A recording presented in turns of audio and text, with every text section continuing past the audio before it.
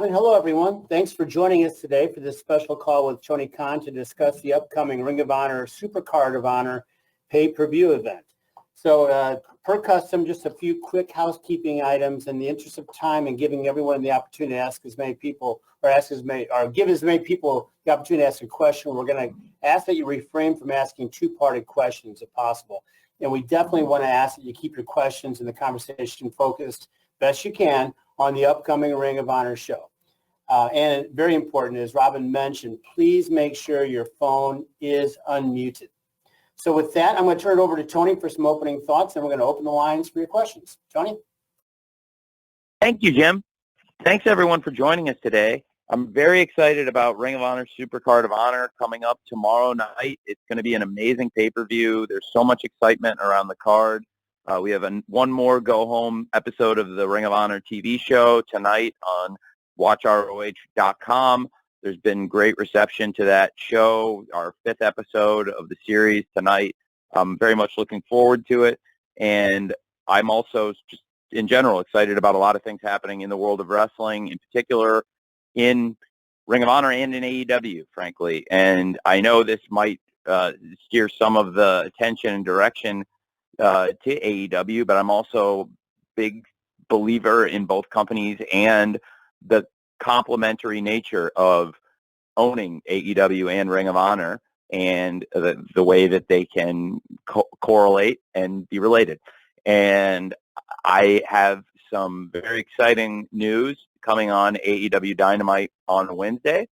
I'm very excited about that, and hopefully we can all reconvene and talk about some of those things. But in addition to what's going to happen next week in AEW, I think there's going to be a lot of buzz on the world of Ring of Honor this weekend, and obviously a lot of things happening in the world of wrestling, but the fact that there's this much excitement about the Ring of Honor event, and I believe we have the chance to do the single best event in wrestling this week with Ring of Honor Supercard of Honor, and that ROH has grown to new business heights, and we have the most streaming subscribers in the history of Ring of Honor while still maintaining the best pay-per-view numbers in the history of Ring of Honor and live attendance marks. And I also feel like there's a place for Ring of Honor in the space, in the universe of wrestling that exists outside of AEW, but peripheral AEW. And there are many reasons why the promotions can and will complement each other very well. And I think this was a very astute purchase, ROH. And now 1 year after we completed the purchase and my first event, the handover event in some ways, where it was a transition, my first show as the booker, but still finalizing some of the ownership agreement and dealing with some legacy personnel. A year later, looking back, these are some of the most important relationships in my life. No relationship now that I look back at and hold more value on the year that we spent together in the time with ROH, more so than I'm really grateful that I got to know Jamin Pugh, that I got to know Jay Briscoe and the Briscoe family, and that I got to work with him. He's one of the greatest wrestlers I've ever produced, and he was a good friend, and I really liked him a lot. And I obviously like Mark a lot, and now working with Mark Briscoe and having this show that we can do to continue to pay tribute to the great life and legacy of Jay Briscoe. And I've never seen such an outpouring of love and support as I did around his passing, and I think it would make him very proud. And just like we were able to celebrate his birthday with a great match in AEW, and we did a great tribute show in Ring of Honor, I do think we can continue paying tribute to him, and I'm very excited about Mark Briscoe versus Samoa Joe for the TV title. I'm very excited about the Jay Briscoe Reach for the Sky Memorial Ladder match, and so many things on this show, and everything on the show top to bottom is a tribute to him, but not just this one show, everything we do going forward. And with that, I can start taking questions, but obviously that's a lot right there. So maybe I answered one or two of them, but I would certainly love to, expound or elaborate on anything I just said too. I'm a little bit looser than Jim. I'm the good cop here. So if it is a two-parted question, I will do my best. But like he said, sometimes it's hard to answer two-parters, and I'll also stay on as long as I can to make sure you all get good answers to your questions. So with that, we can start answering them. Thanks, Jim. All right. Thanks, Tony.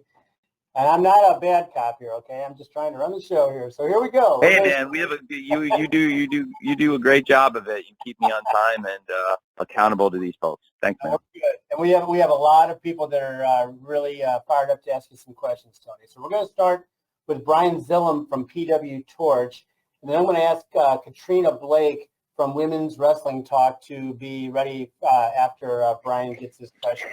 Brian, you're up. Tony, can you hear me? Yes, sir. Hi, Brian. Good to talk to you, Tony. It's great to talk to you. Thanks for taking the time today, and good luck this weekend out on the show. Thank you. Appreciate it.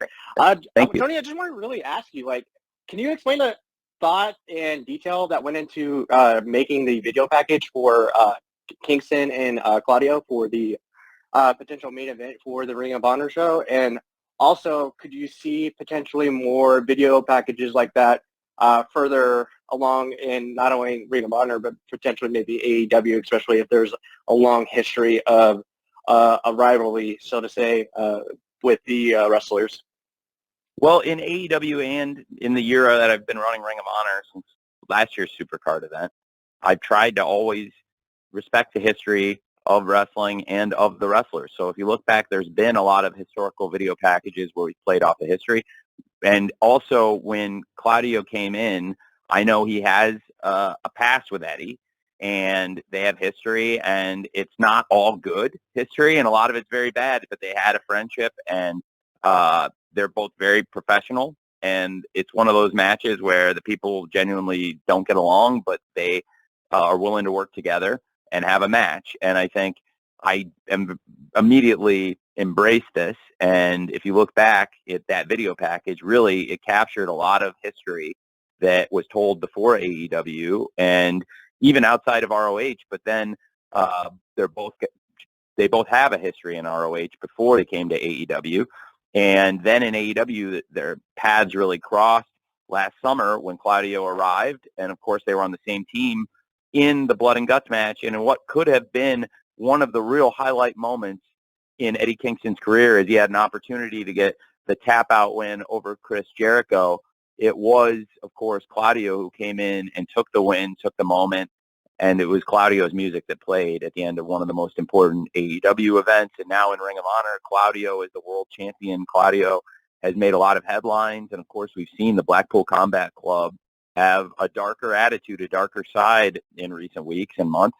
And Claudio is a huge part of that. And he casts a big shadow over the world of wrestling, and he's the Ring of Honor world champion and a dominant player in the history of ROH, and that's why I think it's so fitting he's here. So I really respect the history of wrestling, but to give the most credit to any one person for that package existing and going to Joseph and getting at Joseph Weirdness and having him narrate it and use the storytelling, a lot of what he'd already made and existed, and then completing that story to getting it up to date. It's obviously a very complex rivalry, but also catching up, I guess, not and telling a more accurate, not it's far from a complete story, but at least to date now we've gone back and updated with AEW and the Ring of Honor and the things that have been happening in these careers for Claudio and Eddie Kingston. The person I give the most credit to for the package existing is Eddie Kingston. I was actually at Eddie Kingston's house,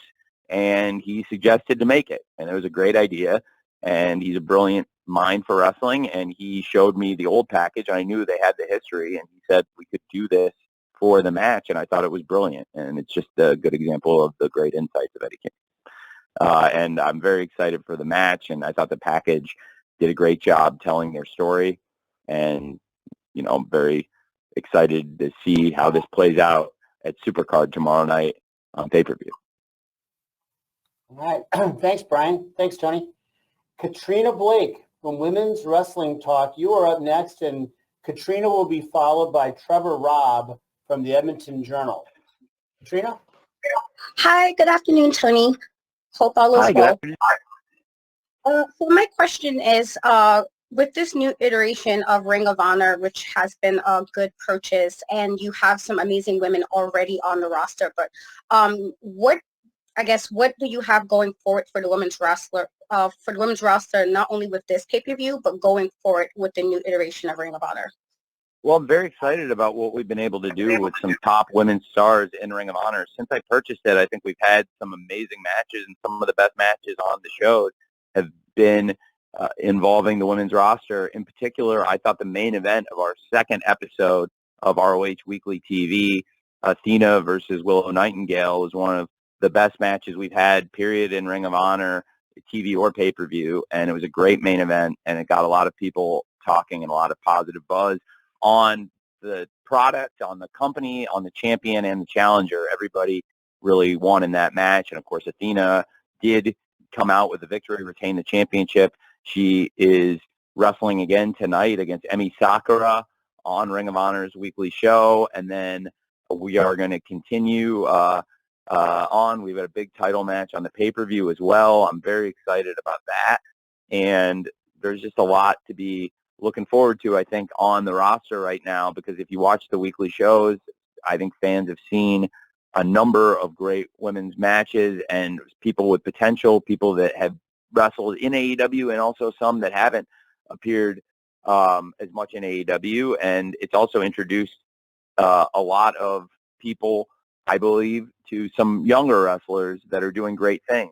And for wrestlers that are homegrown AEW stars like Sky Blue and Willow Nightingale, who have a lot of upside and we really believe in, it's also been great to give them opportunities in Ring of Honor, where there's different, it's the same expectation to go out and have a great match, but it's a little bit of a different format, and there aren't the constraints of live television or commercial breaks, and it's a different kind of formatting, and I'm targeting to more of a hardcore base.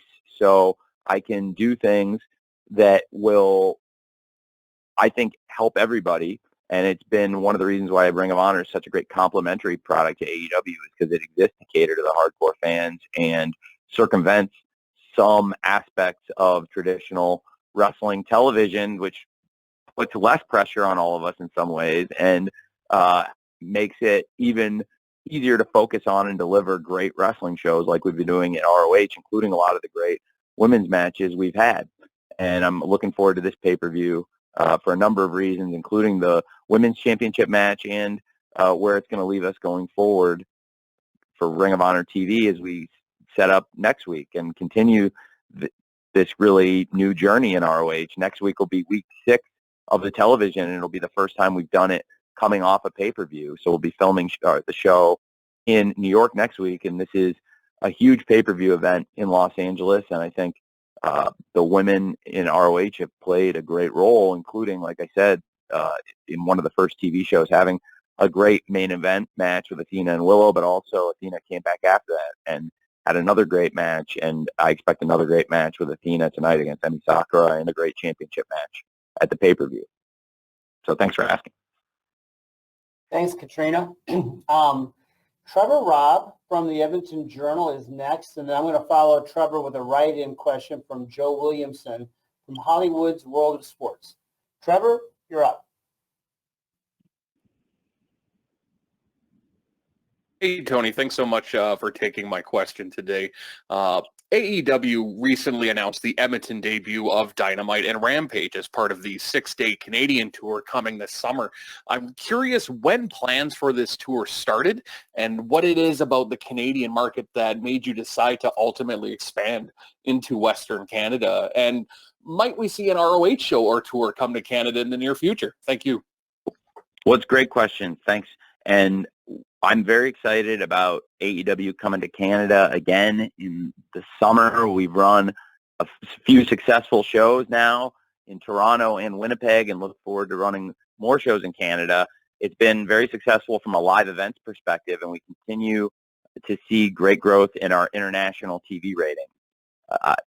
In addition to the huge ratings data we released today saying that according to ITV, we've been a huge driver of viewers and viewers in the key demos and in key advertising markets to ITV, the biggest commercial TV network in England. And also in Canada with our partnership with TSN now, we've seen great growth in our TV ratings there. And we recently just did our record rating on TSN for the episode in Winnipeg a couple weeks ago. And I believe we have a lot of great Canadian stars in AEW, and there are so many wrestling fans in Canada. Canada has so much of a rich history in the wrestling business and historical figures from Canada and great matches that have taken place there. And it's certainly one of the top markets for AEW in terms of live events and television, and we'll continue to expand and do more big events there. And this summer is a great taste of how strongly we feel about the Canadian market, and it's great for us. Thanks for asking. Thanks, Trevor. Here's the write-in question coming here now, Tony, from Joe Williamson from Hollywood's World of Sports. Chris Mueller from the Bleacher Report, be ready after Tony responds to Joe's question, which is, with all the various independent shows in LA that are happening this weekend, are you going to scout for any talent that may be appropriate for Ring of Honor? That's a great question. I am always scouting those shows and will be scouting in Los Angeles this weekend, other events, but have also watched a lot of these independent shows and international events throughout the year. And that's how we've been able to identify some of these great names. And there's a number of people who work in AEW identifying these names, but I try and stay current, stay on top of who some of the top young names are. And I think that's helped us in both companies, AEW and ROH, that we have a lot of people in the office who love wrestling and love to watch domestic independent wrestling, and in particular international wrestling, where a lot of the names coming in this weekend, a lot of the best wrestlers, and what makes the weekend so special are a lot of the international names. And obviously this pay-per-view Ring of Honor Supercard has great examples of that, where there's a lot of international dream matches and exciting things on this show that for the catering to the hardcore audience. And we were able to present, I think, what was a dream match to the hardcore audience and present it in a way to even a casual mainstream fan, where Kenny Omega versus Vikingo was a dream match that delivered in many ways. Well, now we've introduced Vikingo to a worldwide TV audience on AEW Dynamite, with millions of people see the show each week all over the world, and also with Commander participating in the Face of the Revolution ladder match. I'm really a big fan of both guys. I think they're both tremendous, and I would like to feature them both more in AEW, and I also respect their international commitments. I'm very excited. Bandito is one of the great examples of an international wrestler who I'd seen in Ring of Honor in particular. And of course he was on All In, and he's a tremendous talent. He's somebody who actually signed with ROH when we started AEW and was loyal to ROH, which is great. And then when I acquired ROH, he had been the lineal champion. And I really like working with him, and he's one of a number of my international wrestlers who I really like, who have had to renew their visas. And it's nothing nefarious. It's just that it's a process that for when you use international talent for a company that does the bulk of its business domestically, then you're going to see visa renewals, and you deal with it, whether it's in AEW or in English football, where you have to process visas and deal with work permits and things of that nature, bringing in international players. So I really was very excited to get Bandito's stuff all settled, and I think he's been a great example of somebody that has a great chance to excel in both promotions and internationally. So I think I will be watching this weekend, but I do think a lot of the best wrestlers who've come in are the international ones, but you also want to look for North American top talent, or in this case, I guess, domestic North American or Canadian talent, in addition to all the great luchadors and wrestlers from outside North America that come into the weekend. You're always looking for somebody who's flying under the radar that could be great given the opportunity in AEW or ROH. Thanks for asking. Thank you, Joe. Chris Mueller from Bleacher Report is next, and we're going to follow Chris with Brandon Thurston from WrestleNomics. Chris, you are on. Hi, Doc. Hey, Tony. So I wanted to talk about Wheeler Yuta versus Shibata. This is a pretty high-profile match for him, and with him only being 26, he seems to be one of the biggest standout guys you have on the roster under the age of 30 these days. What has it been like charting his growth kind of since he started with the company, and what kind of future do you see him having with either AEW or ROH? He's a future top star in this business. I really believe he has so much potential, and he already is a major star that has accomplished a lot. He's been a two-time Ring of Honor Pure Champion. He's had some success in ROH before he came to AEW, and we have a great group of young talent who were here from the beginning, and then I really tried to replenish things with AEW Dark and developmental opportunities, and a lot of these things now also exist for people to get opportunities and exposure in ROH. And I really took to him in 2021. Some really smart wrestlers recommended that I check him out, and I watched him. And to be honest, it wasn't even I was getting pushed to sign him. It was just like, the match that people said was good, and I watched it, and I really liked him, and then I asked about him, and we brought him in for Dark. And around that time, a number of people came in. We had some success pushing some acts onto television, like The Acclaimed and Powerhouse Hobbs, and they had done really well coming from AEW Dark, and then I felt like now that they had gone to TV, I needed to replenish things. So I brought in Wheeler Yuta, Daniel Garcia, who's obviously also wrestling on this card against Tanahashi and had a great match last night against Adam Cole in his return, and is many ways a rival and peer of Wheeler Yuta. They came in around the same time and had a rivalry on the independents, and I thought I could feature them both in parallel paths almost in AEW, like a next generation of that first crop of people that we came in with. And I paired Garcia up with, at the time they were called 2.0, Matt Menard and Angelo Parker, Jeff and Matt. And they were called, I'd seen them called 3.0, but I called them 2.0 in AEW because I didn't want people to get confused and think Garcia was part of the team. Yuta is somebody I really like a lot. I think has a ton of upside and just a really good person that you want in your locker room that everybody likes and respects and has come so far in a couple years. I have been an advocate of his, and I think everybody would remember this, that the second match he did with Jon Moxley, I actually pushed that he would be in that spot, and that I thought it would be real growth for him, because even if he wasn't winning the match, and frankly, even though it wasn't a long match, it would show growth from their first match against each other, which was also a character building match where Jon ran through him, and their second match was more competitive. Then the third match, I actually met up with Jon and asked him about wrestling that match, which was in Massachusetts on Rampage last April. And I felt really strongly that they could do that match there, and it would help everybody, and that this guy would break through and be on the verge of being one of the next stars for us. And it was everything I thought it could be and more. And Jon gave so much when the match was so great, and he put so much into it. And then Yuta, and they really bonded. And now we've seen in the Blackpool Combat Club the relationship that they have, and Claudio's and taken to him as a friend, and then now they're so close.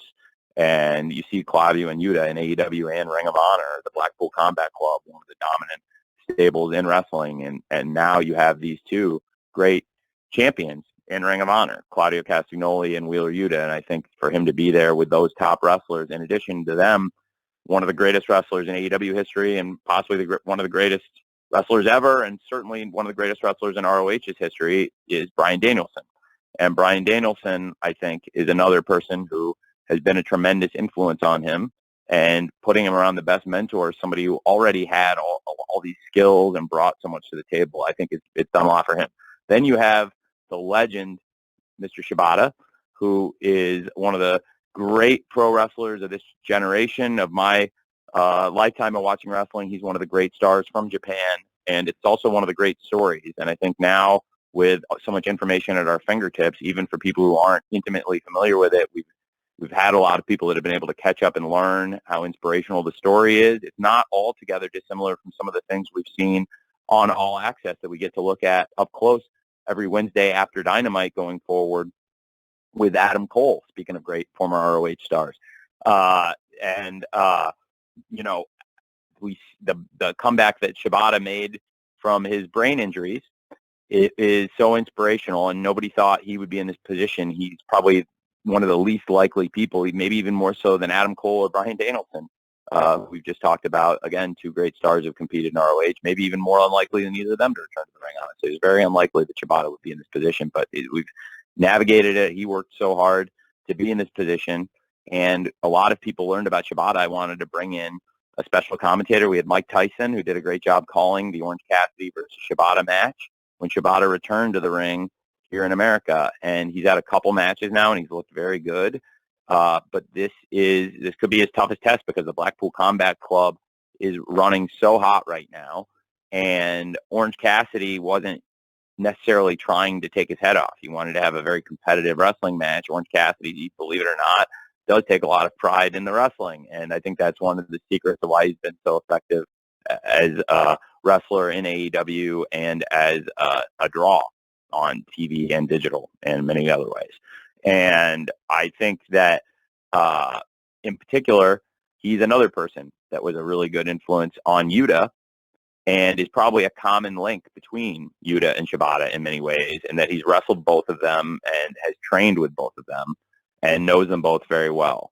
And I think there's, styles make fights. This is really interesting because the aggressive style of the Blackpool Combat Club, it's very different from that of Orange Cassidy, who's going to go around roll, unless you try to take his head off. And then we've seen when the best friends have to get down and dirty, nobody does it better than Orange Cassidy and the best friends in those kind of situations. Like when it came down to it against Santana Ortiz in the parking lot fight, and Orange Cassidy popped out of the trunk.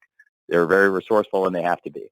And Wheeler Yuta learned all that at the feet of Orange Cassidy, and then learned a lot now at the feet of some of the top names in wrestling, Jon Moxley and, of course, Bryan Danielson and the Ring of Honor World Champion Claudio Castagnoli. So there's a lot to be excited about in the match, and I'm looking forward to tonight's ROH TV on watchroh.com. The shows have been great every Thursday night. It's a really reliable wrestling show. It goes by so quick. It's unbelievable how much content we get in. And I have a lot of fun doing it. The wrestlers are having a lot of fun, and we're able to present these kinds of fun matches like tomorrow night, live on pay-per-view, Friday night, March 31st in Los Angeles, Wheeler Yuta versus Katsuyori Shibata for the Ring of Honor Pure Championship. Thank you. Thanks, Chris. Brandon Thurston from WrestleNomics is next, and I'm going to follow Brandon with a write-in question from Dave Meltzer from Wrestling Observer. Brandon.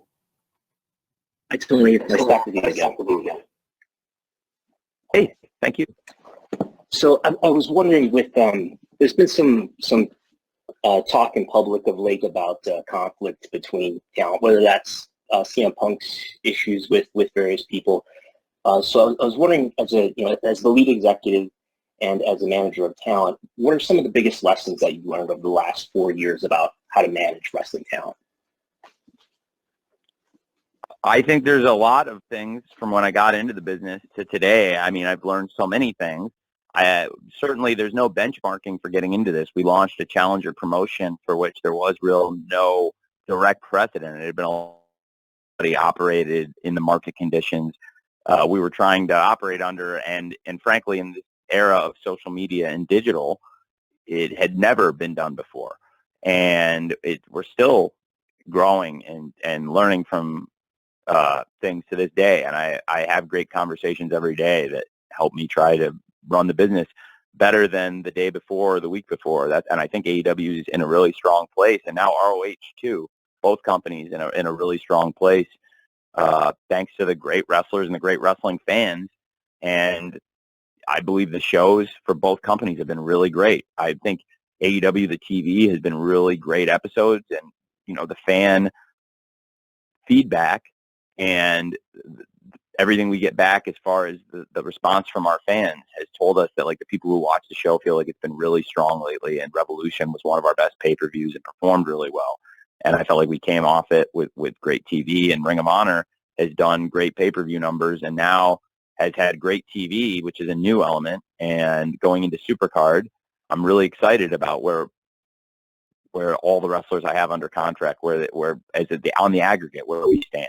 I think there's really exciting things happening in AEW and chances to grow AEW and become a bigger, better company and take advantage of the market conditions where there's real opportunities for a challenger brand with the level of world-class wrestlers, world-class production, and big wrestling matches that AEW has, but also now Ring of Honor is a stronger promotion through the partnership and the ownership.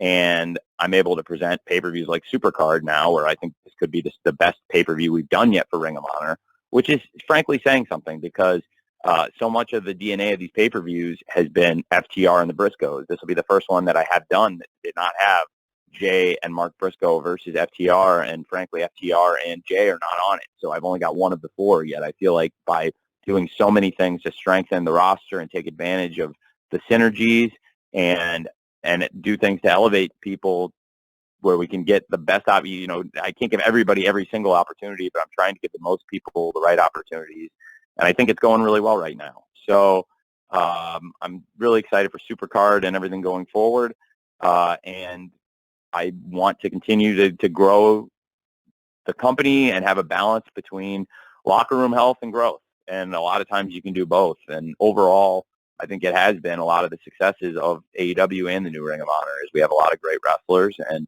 I have to continue to find the balance between the health of the box office and the strength of the locker room. And frankly, I think both things are in a good place right now, and I want to keep it that way by continuing to do great shows and hopefully keep pleasing the most important people to please, which are the wrestling fans and our network bosses, and continue to create more opportunities for the wrestlers of AEW and the fans of AEW, and now the wrestlers of ROH and the fans of ROH.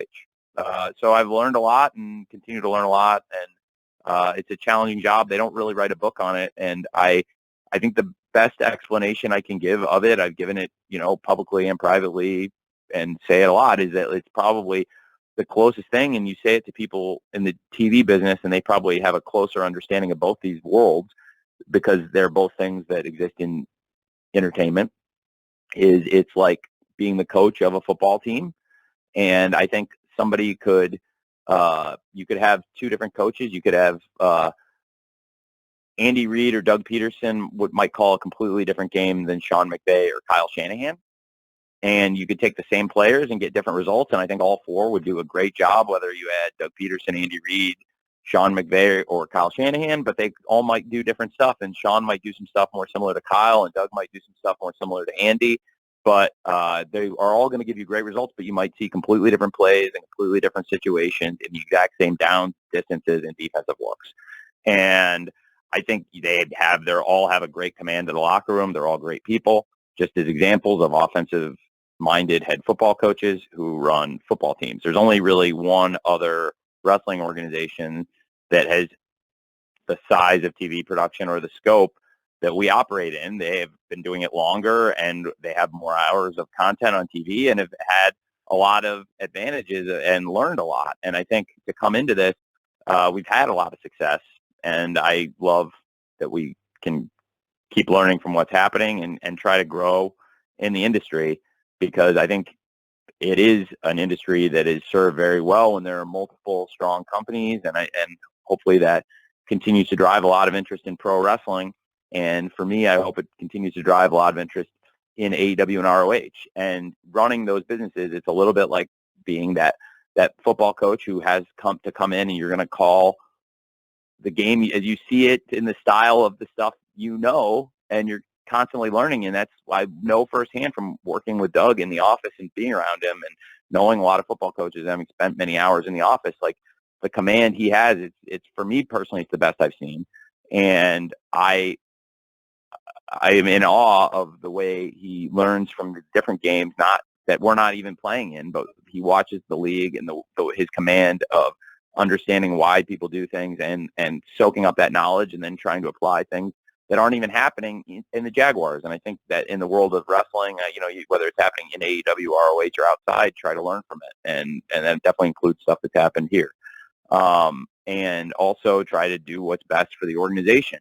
And he's also a top at that. But Doug calling the game, he might call something completely different from what somebody else would call in that situation, but they're both great. And I also believe there's very few people that have been in the position that the top coaches have been in, but there's also very few people that have the command or the respect or the understanding to do all the various things that the coach does as a CEO.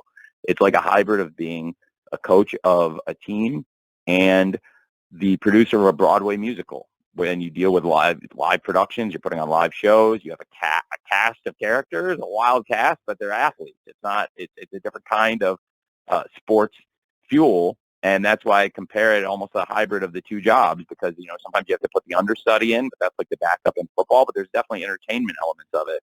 with a cast of characters, it's a little bit different from running a football team. But I've tried to learn from what's happened over the years and make the shows better. And I think most of all, the reason it's been a business success is wrestling fans are awesome, and there are so many of them in the world. And we've been able to create awareness in this big market of AEW and create a company that's performed on live events and pay-per-views and all these benchmarks and continues to hit these benchmarks better than any wrestling company in over 2 decades, and even stronger than the strongest challenger brand of all time that was the ultimate challenger brand that lived the dream. And, famously for 83 weeks, they were the #1 company, and that was WCW and all the strengths and highs they hit. But the fact is that 1 year after the 83-week streak, we're doing better pay-per-view numbers than they were. And so it's about sustaining it and being here today, and that's where I'm very excited about the opportunity I have to continue presenting AEW events and this ROH pay-per-view and hopefully learn from everything. So thanks, Brandon, for asking that, and hopefully I was able to give a nuanced answer, even if I didn't answer everything specifically you might have wanted. Thank you, Brandon. Thank you, Tony. Dave Meltzer from Wrestling Observer has a writing question, which I'll share in a minute. Amy Nemedy from WrestleJoy, you will be following my write-in or Dave's write-in question, which is this. Tony, is there any update of Honor Club subscribers and any thoughts on new news regarding Ring of Honor business and growth? Yes, we're at about 15,000 subscribers for the weekly TV going into last night. I think that's probably roughly what we had. We continue to grow, which is in the streaming business. We're seeing subscriber growth. You might have somebody whose subscription lapses, but if you're adding net positive, you have more signups than you do expirations or cancellations, and you're continuing to see growth, which we have seen and are seeing. So we're up to 15,000 subscribers on the weekly series, which is amazing for the library and the weekly shows and the old pay-per-view library. Of course, this pay-per-view event, this is on Bleacher Report Fight. In 90 days, I plan to put this event up there, but we have a library of old shows. But we've been able to build a pay-per-view business for the a la carte pay-per-view offerings, and the demand for Supercard of Honor, Death Before Dishonor, Final Battle, and now to come back and do our second Supercard of Honor under Ring of Honor. We've had the record pay-per-view numbers for ROH, unquestionably, and it's amazing. And last year in 3 shows, we did, close to 100,000 buys across 3 shows, and pretty amazing. And all 3 delivered great numbers.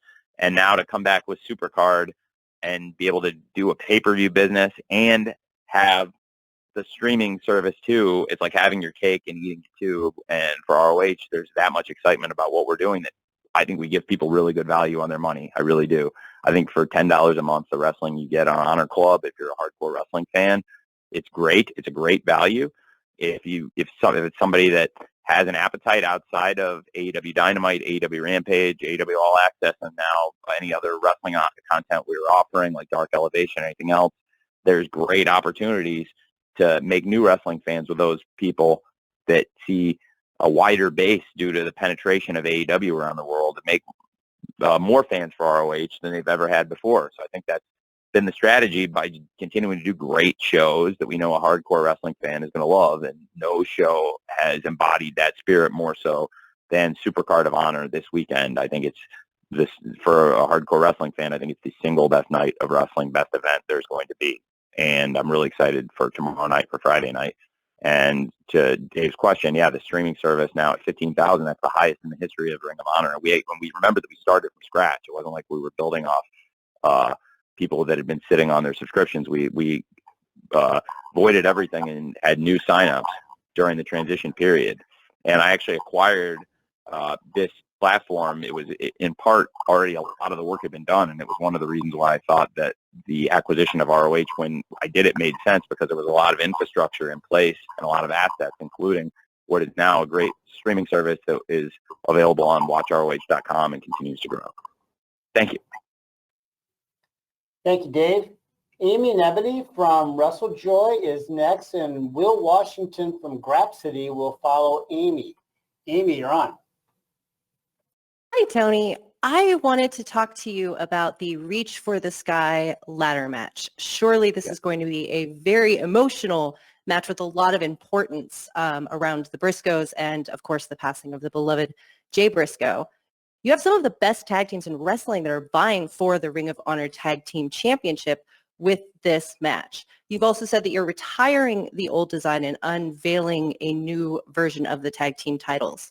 Can you talk about how you've put this ladder match together, sort of the input of Mark Briscoe, and will this become a Ring of Honor tradition, sort of akin to AEW's Face of the Revolution ladder match?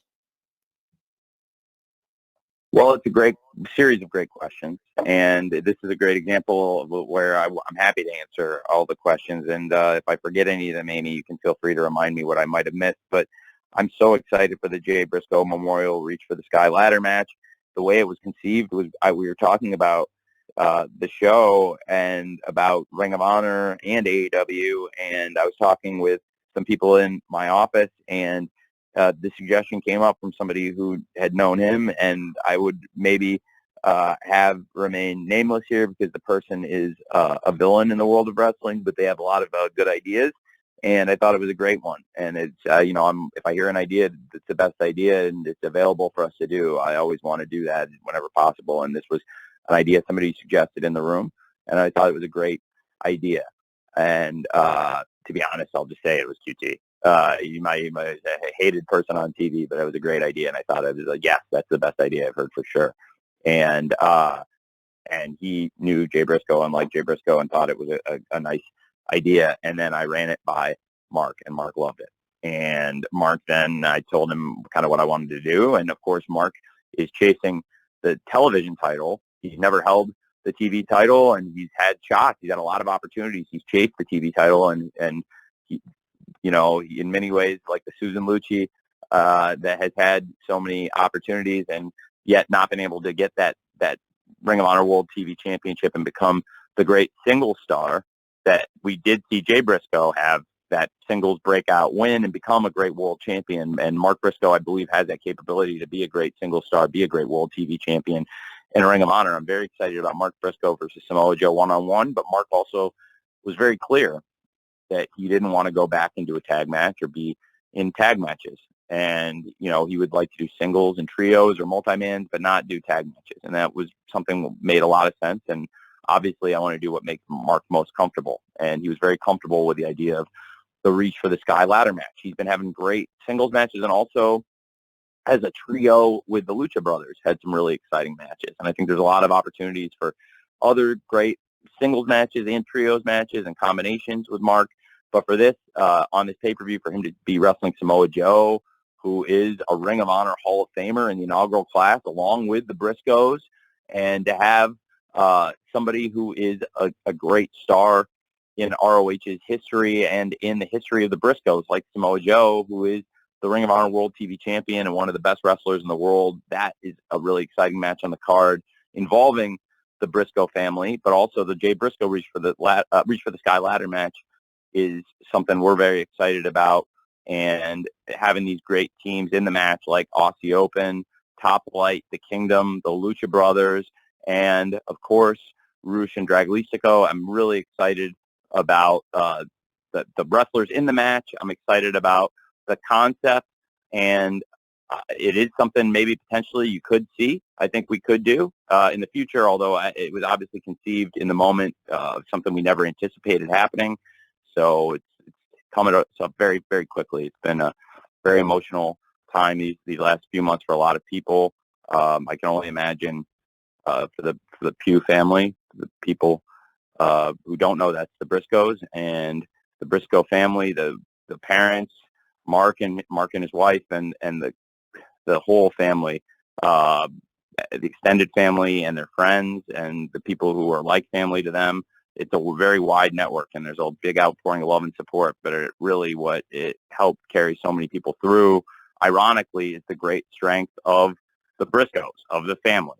The Pugh family has some of the strongest faith and some of the strongest principles I've seen. They're just wonderful, inspirational people, and to go to Delaware and see up close the kind of people they are and get to know them better, because I had really just started working with Mark and Jay and become friends with them in this year. And that's why I went to bat so many times to get them in AEW, because when I acquired ROH, I was excited. Now I can work with the Briscoes and we can do this. But I had tried to get them in AEW many times. And, something that I believe would make Jay really proud is that eventually he did become a big part of the AEW legacy and do something there and have that tribute to him on his, what would have been his 39th birthday, and to celebrate the life and legacy of Jay Briscoe in AEW, and of course in Ring of Honor, where he's one of the greatest wrestlers ever.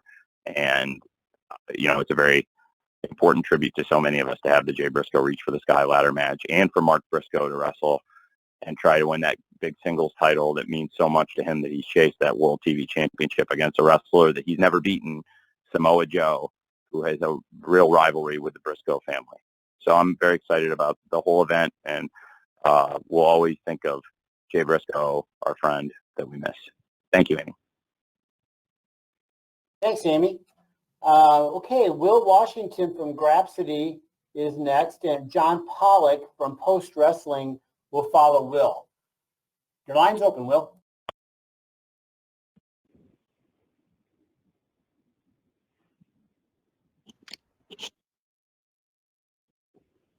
Will, can you hear us?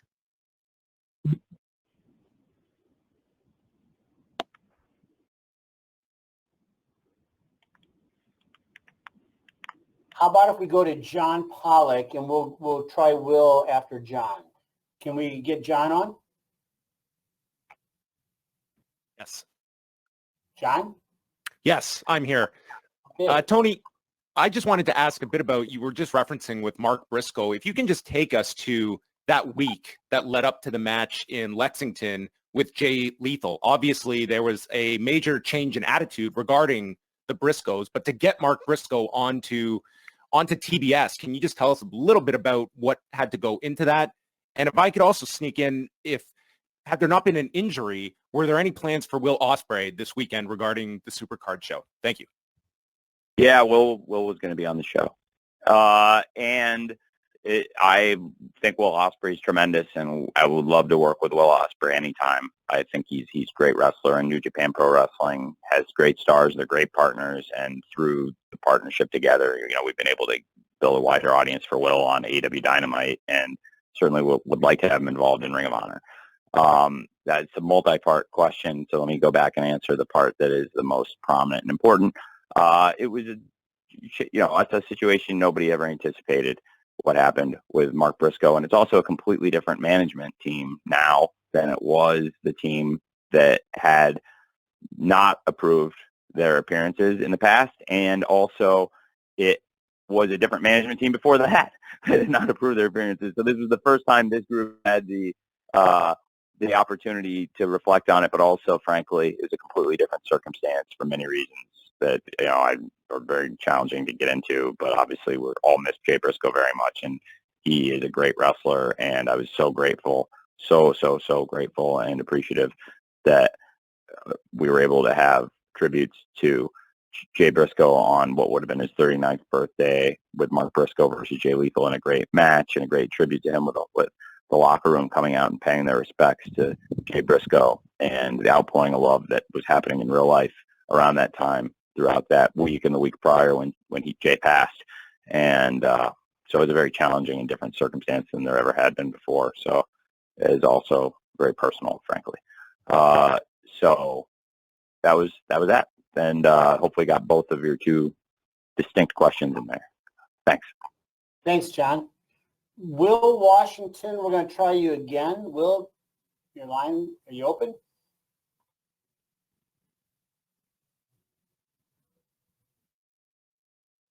Will?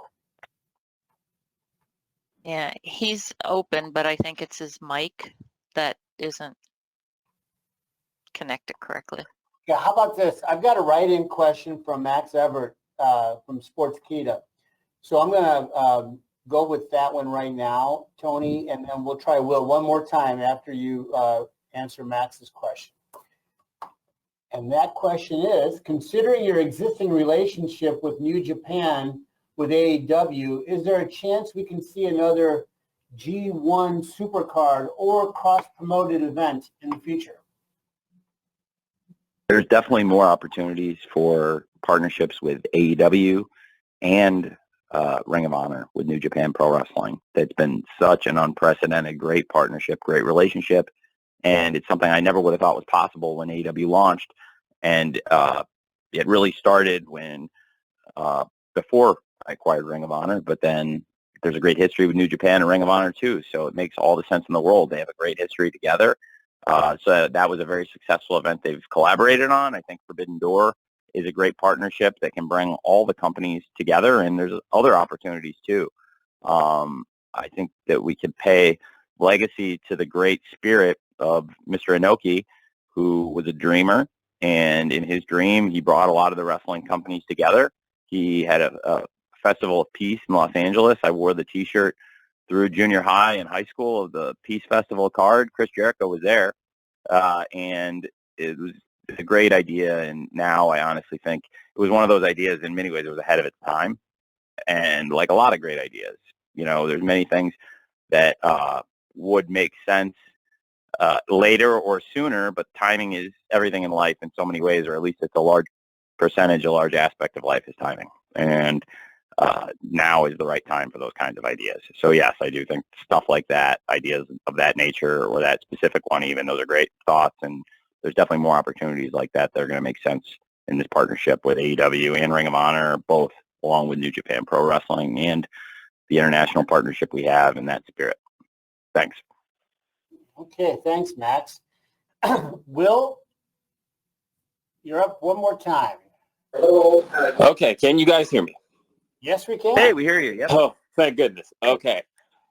So, Tony, I actually wanted to touch on a topic that was really a big focus of the last media call that you had regarding Ring of Honor. And that was where you kind of touched on the topic of William Regal. You have to forgive me because there's actually two media calls going on right now. And paying attention to the Shawn Michaels media call, he just answered a question regarding William Regal.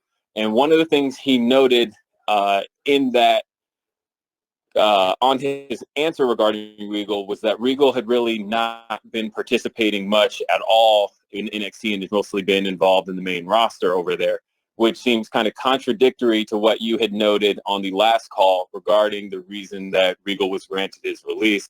I was wondering, is that part of any of the understanding you were given at the time, or do you believe that matters had changed regarding that? Well, that was how it was explained to me at the time. I can't really speak to what's happening because I'm not there. And but if that's what they say, then I believe it's true. And that was at least the understanding I got for why it made sense for him. But that is one example where I tried to be very accommodating. And that was, I guess, it did come up on the last Ring of Honor pay-per-view media call for Final Battle, and it was a personal situation in many ways, but I tried to be accommodating to him, and even if it wasn't necessarily accommodating to all the things we were doing at the time.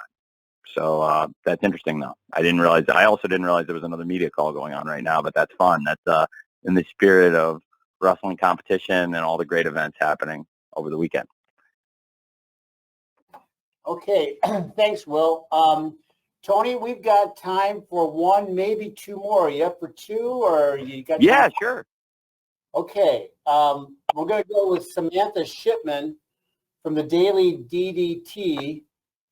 So, Samantha, you're going to go now, and then I'm going to spring a surprise. I'm not sure what it's going to be, but we're going to have one more to follow Samantha. So, Samantha, you're up.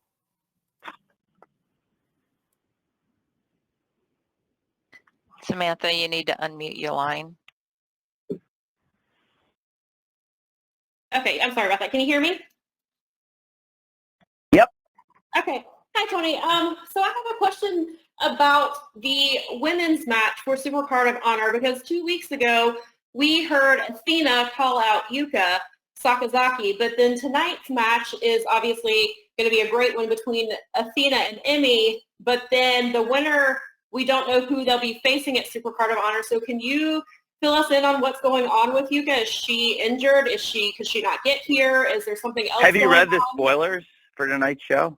I have not. Okay, well, I don't want to say what happens on tonight's show or talk about tonight's show.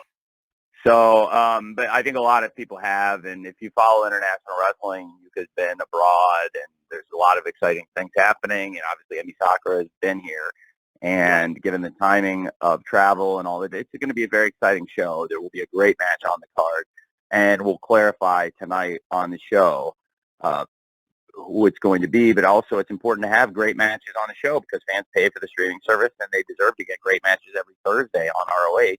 So it was a match Athena really wanted also, was to wrestle Emi, and Yuka was not here for this episode of TV that we had just done in Orlando, the fourth episode, or the first three. You know, she would not have been around for the first four episodes at all, but that is definitely a match Athena wants, but she also wanted to wrestle Emi this week on episode 5, which airs tonight.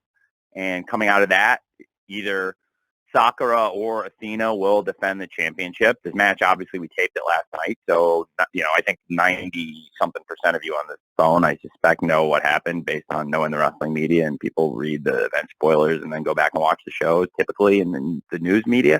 So there actually was, to your point, it's a good question, but that will unfold tonight, and that's a great segue into talking about Honor Club and our WatchROH.com and the great matches we put on the show every week, including Athena versus Emi Sakura tonight and Athena versus Willow Nightingale, just to go back and once again talk about what a great match that was in the main event of the second episode. So I'm excited for Athena versus Emi tonight, which is a great match, and excited for the Ring of Honor Women's World Championship match tomorrow night at Supercard after we get a great match tonight on WatchROH.com. Thanks. Thanks, Samantha.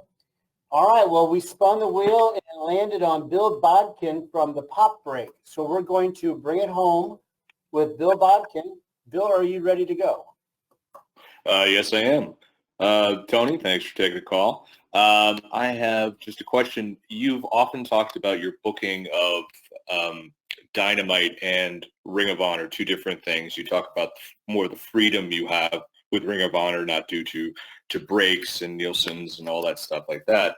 However, has booking a second company, has that influenced how you book Dynamite? Because as I've been watching since the first show ever, like many of us on this call, I've been noticing there's been this new exciting way, and we're getting more storylines and different guys coming in and being booked, and I feel like the show is regained. An exciting show is even more exciting than ever. So has the booking of Ring of Honor influenced the way you book Dynamite and Rampage?